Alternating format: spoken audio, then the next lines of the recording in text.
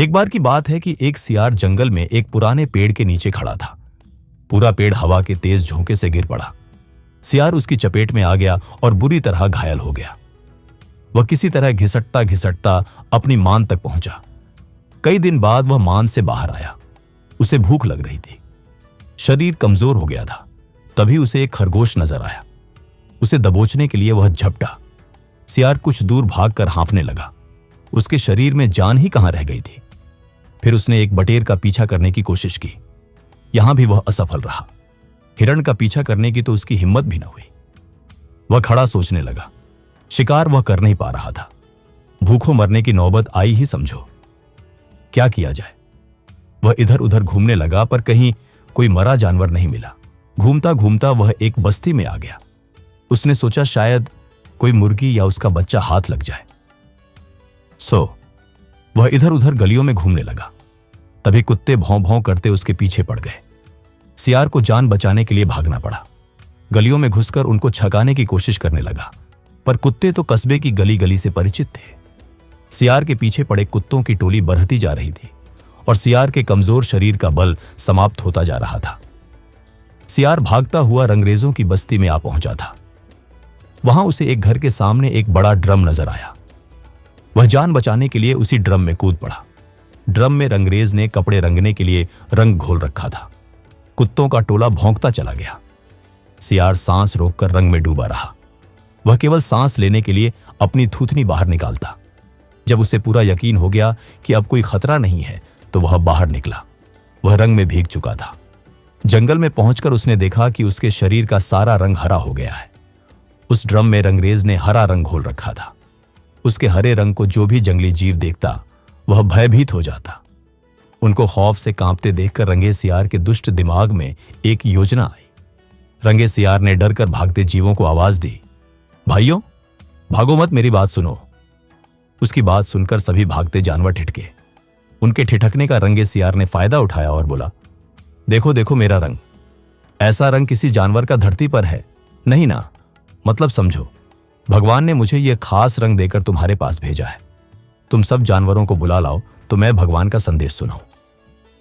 उसकी बातों का सब पर गहरा प्रभाव पड़ा। वे जाकर जंगल के दूसरे सभी जानवरों को बुलाकर लाए। जब सब आ गए तो रंगा सियार एक ऊंचे पत्थर पर चढ़कर बोला, वन्य प्राणियों, प्रजापति ब्रह्मा ने मुझे खुद अपने हाथों से इस अलौकिक रंग का प्राणी बनाकर कहा कि संसार में जानवरों का कोई शासक नहीं है। तुम्हें जाकर जानवरों का राजा बनकर उनका कल्याण करना है। तुम्हारा नाम सम्राट ककुदुम होगा। तीनों लोकों के वन्य जीव तुम्हारी प्रजा होंगे। अब तुम लोग अनाथ नहीं रहे। मेरी छत्र छाया में निर्भय होकर रहो। सभी जानवर वैसे ही सियार के अजीब रंग से चकराए हुए थे। उसकी बातों ने तो जादू का काम किया। शेर, बाघ व चीते की भी ऊपर की सांस ऊपर और नीचे की सांस नीचे रह गई। उसकी बात काटने की किसी में हिम्मत न हुई। देखते ही देखते सारे जानवर उसके चरणों में लौटने लगे और एक स्वर में बोले, हे ब्रह्मा के दूत, प्राणियों में श्रेष्ठ ककुदुम, हम आपको अपना सम्राट स्वीकार करते हैं। भगवान की इच्छा का पालन करके हमें बड़ी प्रसन्नता होगी। एक बूढ़े हाथी ने कहा, हे सम्राट, अब हमें बताइए कि हमारा क्या कर्तव्य है। रंगा सियार सम्राट की तरह पंजा उठाकर बोला, तुम्हें अपने सम्राट की खूब सेवा और आदर करना चाहिए। उसे कोई तकलीफ नहीं होनी चाहिए। हमारे खाने पीने का शाही प्रबंध होना चाहिए। शेर ने सिर झुकाकर कहा, महाराज, ऐसा ही होगा। आपकी सेवा करके हमारा जीवन धन्य हो जाएगा। बस सम्राट ककुदुम बने रंगे सियार के शाही ठाट हो गए। वह राजसी शान से रहने लगा। कई लोमड़ियां उसकी सेवा में लगी रहती। भालू पंखा झुलाता। सियार जिस जीव का मांस खाने की इच्छा जाहिर करता, उसकी बलि दी जाती।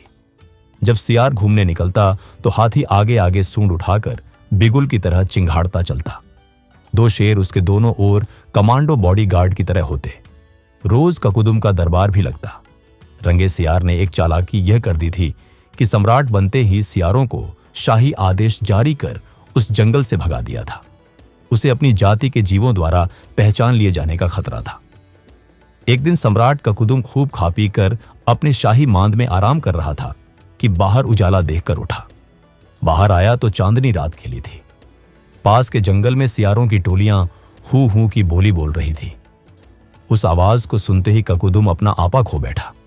उसके अंदर के जन्मजात स्वभाव ने जोर मारा और वह भी मुंह चांद की ओर उठाकर और सियारों के स्वर में मिलाकर हू हू करने लगा।